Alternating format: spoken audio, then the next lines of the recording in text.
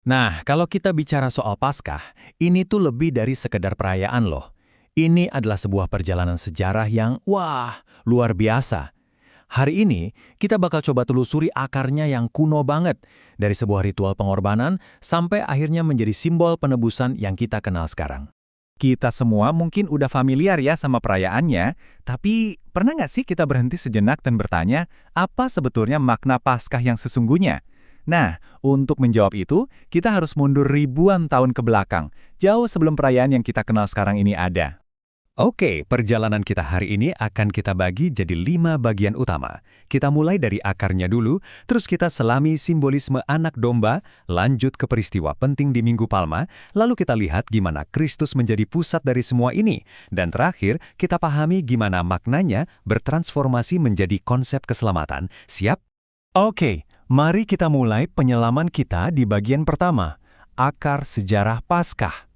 Coba bayangkan, kita sekarang lagi ada di Mesir kuno, di tengah-tengah sebuah kisah tentang perbudakan dan sebuah janji pembebasan yang besar. Jadi pada intinya nih, Paskah atau yang disebut juga Passover dalam perjanjian lama, itu adalah perayaan kemerdekaan. Tapi bukan kemerdekaan spiritual ya, ini benar-benar pembebasan fisik dari penindasan yang nyata. Ini adalah sebuah peristiwa yang jadi fondasi bagi bangsa Israel. Kalau kita urutkan kejadiannya, ceritanya begini.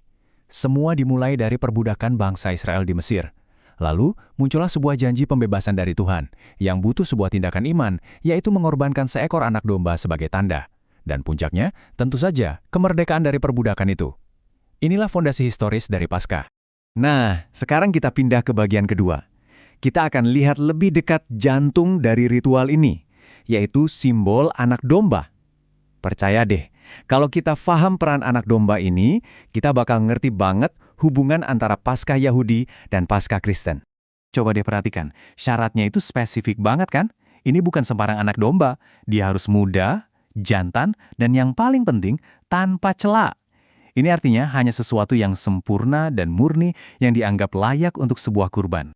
Prosesnya juga nggak main-main. Setelah dipilih, anak domba itu nggak langsung dikurbankan.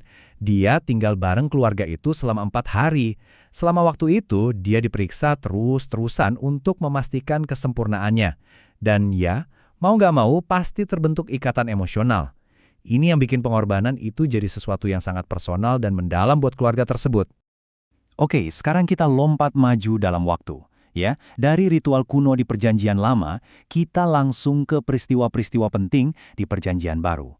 Nah, bagian ketiga ini bakal jadi jembatan antara dua dunia tersebut. Coba bayangin suasananya deh. Minggu Palma, Yesus masuk ke Yerusalem, kota suci, dan disambut sorak-sorai kayak seorang raja. Tapi, di balik kemeriahan ini ada gema dari sebuah ritual kuno yang akan mengubah segalanya. Dan disinilah benang merahnya mulai kelihatan jelas. Peristiwa ini terjadi pada tanggal 10 Nisan. Itu adalah hari yang sama persis saat setiap keluarga Israel diperintahkan untuk memilih anak domba Paskah mereka. Sebuah kebetulan? Atau sebuah pengenapan yang sudah diatur secara ilahi? Dan ini membawa kita langsung ke puncak cerita kita di bagian keempat. Disinilah teologi Kristen melihat Yesus sebagai penggenapan tertinggi dari simbol anak domba Paskah yang sudah kita bahas tadi. Ucapan dari Yohanes Pembaptis ini benar-benar kuat dan lugas. Ini secara terang-terangan memberikan identitas baru. Yesus bukan lagi sekedar guru atau nabi, tapi dia adalah anak domba Allah, yang tujuannya adalah menjadi kurban untuk menebus dosa seluruh dunia. Coba kita bandingkan deh, paralelnya ini luar biasa banget. Waktu pemilihannya sama, 10 Nisan. Periode pemeriksaannya sama, 4 hari. Syaratnya sama, tanpa cela. Nah, dalam kasus Yesus, ini artinya tanpa dosa.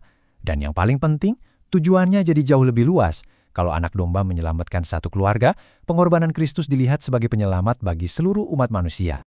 Nah, di bagian terakhir ini, kita akan lihat gimana semua kepingan puzzle ini menyatu dan mengubah makna Paskah secara total, dari sebuah ritual menjadi sebuah realitas keselamatan. Inilah pergeseran makna yang paling mendasar. Paskah di Perjanjian Lama itu fokusnya ke pembebasan fisik dari perbudakan di Mesir. Tapi di Perjanjian Baru maknanya bertransformasi total, menjadi keselamatan spiritual, pembebasan dari perbudakan dosa. Jadi, inilah definisi Paskah dalam iman Kristen. Ini adalah perayaan kemenangan atas dosa dan maut yang bisa terjadi karena pengorbanan Kristus, yang dipandang sebagai pemenuhan sempurna dari simbol anak domba Paskah yang kuno itu. Jadi, inilah transformasi puncaknya.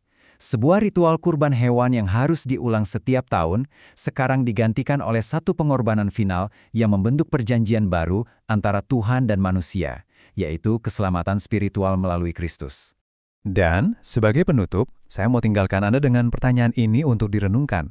Terlepas dari keyakinan pribadi kita masing-masing, gimana caranya sebuah narasi kuno tentang pembebasan dari perbudakan bisa terus bergema dan menawarkan makna baru tentang kebebasan dan harapan di dunia kita yang modern ini?